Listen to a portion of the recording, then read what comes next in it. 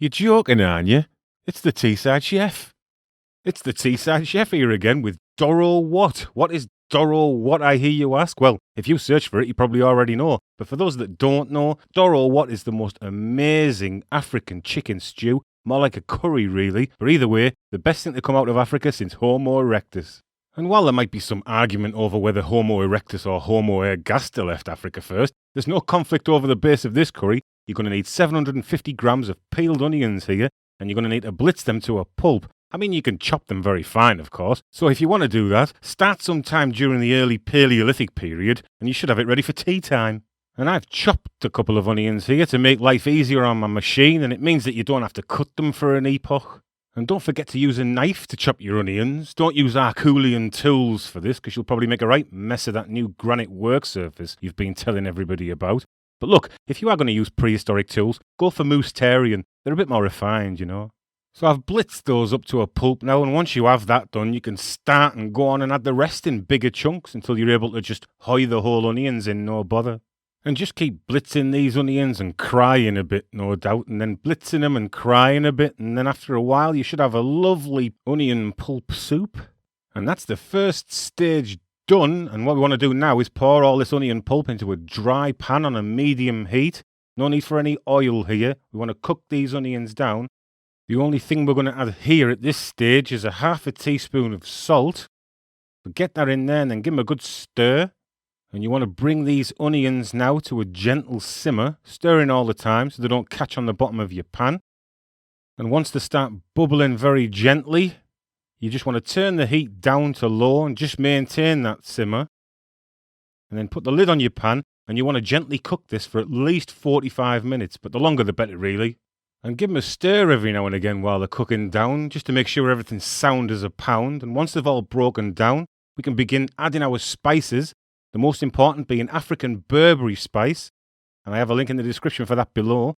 And you need 50 to 60 grams of that here, and it's crucial that you use berbere spice. And we're going to add 40 grams of finely grated ginger to that. And a big pile of minced garlic. Big pile is the official term for about 25 grams of garlic. And we want to add a little sweetness here to counteract the sourness of these onions. I use 150 millilitres of grape juice, but apple juice works great too, or a couple of teaspoons of sugar with 150 millilitres of water.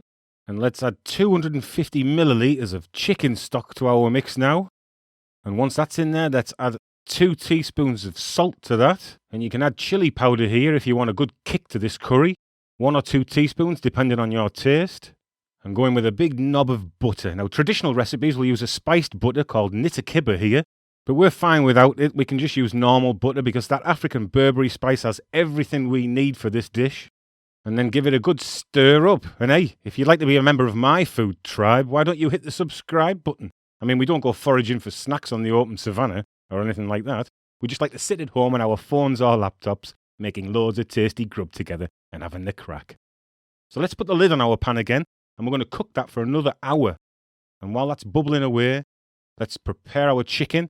And you'll need around 600 to 800 grams of chicken here. And I'm going to season this chicken with plenty of salt and pepper. And I definitely want to be really, really generous with my seasoning here. And once that's done, let's give it a really good mash with our hands. I'm great at doing this, me, like with my big Neanderthal hands.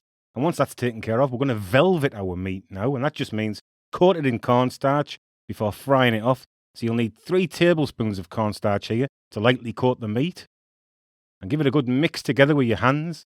And adding the cornstarch to our chicken is going to make that meat dead soft. We love that, don't we, us modern humans? Dead soft food. Heaven forbid we might actually have to work our jaws to get our nutrients. Just keep smashing that soft mush into your face while you're watching Emmerdale. And we're frying this off now in a hot pan in 2 batches. Don't overcrowd your pan here. And you just want to seal the chicken. You don't need to cook it all the way through because you're going to whack it in your sauce to cook through. Make sure your pan is hot though when this chicken goes in, or it'll go all slimy. You can brown it a little bit on the outside if you want, like, it's up to you. And once it's cooked off, get it in your sauce. And that sauce is still simmering away there. And then you can do the second half of your chicken and just repeat the process, exactly the same. So now we have all our ingredients in our pan, but we're not ready to start dancing around the campfire just yet, because you're going to need to cook this for another hour. And don't taste it yet either, unless you want to pull a face like the Turkana boy. It will be very sour and harsh at this point, but the long cooking time will bring it together, I swear down dead. And I've given it a good stir, and I'm going to go in with another large knob of butter, and that's going to really help temper the sourness of the onions. And for this whole dish, you're probably going to need between 75 and 100 grams of butter altogether. And while that's cooking for the final hour, I'm going to make a simple yogurt sauce to go with this. And all you need to add to this is salt and dried parsley, and taste it as you go, and give it a good stir up. And this gives a nice contrast to this dish. Hummus would also work really well here. And now our Doro Wat is finished. Well, almost. Have a taste of it now. And don't worry, even at this point, if it still tastes a little bit harsh, another large knob of butter will transform the flavour significantly, so don't scrimp with it. And there are so many health benefits from this dish that a bit of extra butter will do you no harm at all. You definitely won't go extinct anyway. And you can see how that's thickened nicely.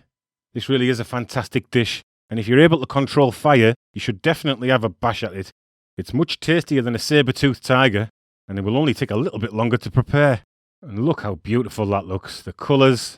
I'm going to have one of my easy pizza garlic flatbreads with this, and I'm going to go and neck this now in my man cave. So I'll have to say see you later on, fellow Homo sapiens, and join me again at any time for some more food evolution, eh? Alright then, see yous after. Ta-ra.